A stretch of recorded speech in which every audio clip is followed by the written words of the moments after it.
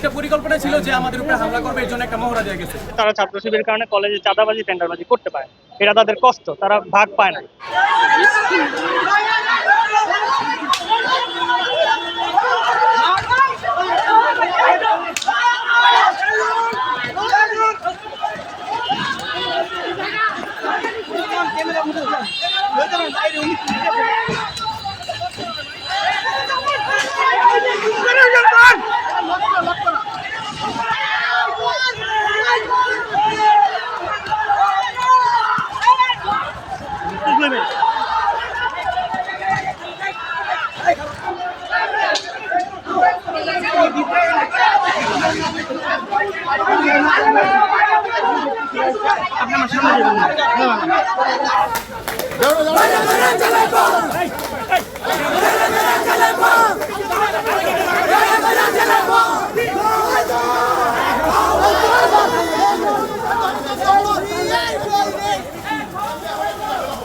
College আইসা 40 থেকে 50 জন পোলাপান নিয়ে আসছে, শুধু আইসা মোহরা দিয়া বের হয়ে গেছে।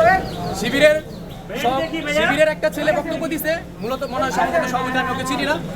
ওই স্টেজে উঠটা উল্টাপাল্টা সরকারের নিয়ে বিভিন্ন উস্কানিমূলক যত কথা আছে এগুলা বলছে, যাতে বিষয়গুলা উত্তপ্ত হয়।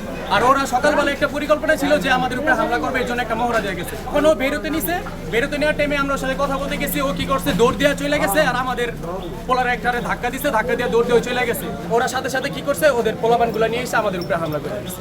ওরা যে এতদিন ছাত্রলীগের লুঙ্গির নিচে ছিল থেকে যে ওরা এলো অপকর্মগুলো করছে, এটির আজকে আবার এটার পুনর্বৃত্তি ওরা দেখে যে জঙ্গি, এটার আজকে আবার এটার পুনর্বৃত্তি ওরা দেখাই দিচ্ছে।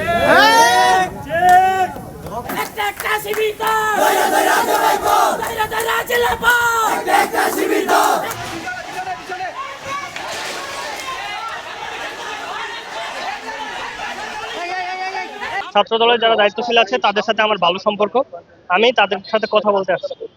আমি এখানে যখন আসছি ডাক বাংলোর সামনে, অনেক ছাত্র দলের তার সাথে আমার খুব ভালো সম্পর্ক, কোনোদিন উচ্চবাচ্য হয়নি। সে লাঠি দিয়ে এসে আমাকে পাস করে আমার এক জনশক্তিকে আক্রমণ করছে। আমি যেটা বুঝতেছি সেটা হচ্ছে যে উদ্দেশ্য প্রণোদিতভাবে ছাত্রদল সারা দেশের সকল ক্যাম্পাস হল দখলের একটা পায়তারা করতেছে। পায়তারা কেন? কারণ হচ্ছে তারা ছাত্র শিবিরের কারণে কলেজে চাঁদাবাজি টেন্ডারবাজি করতে পারে, এটা তাদের কষ্ট, তারা ভাগ পায় না। এই কষ্টের কারণে তারা ছাত্র শিবিরকে হল ছাড়া করার চেষ্টা করতেছে, কলেজ ছাড়া করার চেষ্টা করতেছে। কিন্তু ছাত্র শিবির তোলারাম কলেজ তার অন্য সকল কলেজ আর অন্য সকল মহানগরের মতো না। এখানে আমাদের শক্ত অবস্থান আছে। ছাত্রদল আমাদের উপর হামলা করলে আমরা চলে যাব, এটা মনে করার তো কোনো কারণ নাই। আমাদের 3 জন এখন পর্যন্ত আহত হয়েছে, যাদেরকে আমরা হাসপাতাল ভর্তি করছি। পুলিশ এখানে থাকবে এবং কোনো অবস্থায় যাতে আইন শৃঙ্খলার অবনতি না হয়, এলাকাবাসীর কোনো দুর্ভোগ না হয়, সেটা আমরা এনশিওর করব।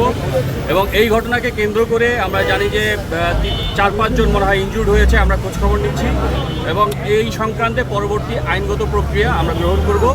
এখানে আমাদের খুব সিভিয়ার কোনো কিছু হয়নি, তবে আমরা এখন পুরোপুরি আইন শৃঙ্খলার নিয়ন্ত্রণে পুরো এলাকা আছে, এই মেসেজটা আমি দিতে চাচ্ছি।